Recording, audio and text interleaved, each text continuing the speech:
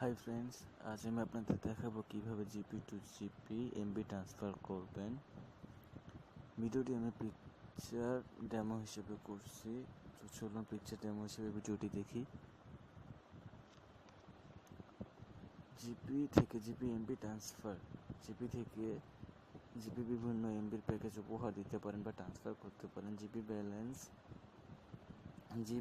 সিমে ব্যালেন্স ট্রান্সফারের মতো এমবিও ট্রান্সফার করতে পারবেন।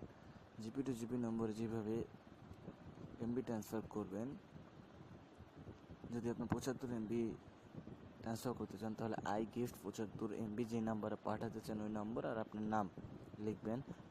250 এমবির ক্ষেত্রেও একই রকম, I gift 250 MB receiver name and sender name. 1 জিবির ক্ষেত্রেও same, I gift 1 GB receiver number sender name. Smart প্ল্যানের ক্ষেত্রেও একই রকম, স্মার্ট প্ল্যানের ক্ষেত্রে একই রকম, আই গিফট এসপি 299 রিসিভার নাম সেন্ডার নেম। 4 এমবির ক্ষেত্রেও একই, আই গিফট 4 এমবি রিসিভার নাম সেন্ডার নেম। পাঠিয়ে দিবেন 5000-এ। এতক্ষণ পর্যন্ত 75 MB, 250 MB, 1 GB smart plan, 4 MB, যতগুলো এমবি ট্রান্সফার সবগুলো একই নম্বরে পাঠাবেন, সেটা হচ্ছে 5000 নম্বরে পাঠিয়ে দিবেন, তাহলে আপনার এমবিটা ট্রান্সফার হয়ে যাবে।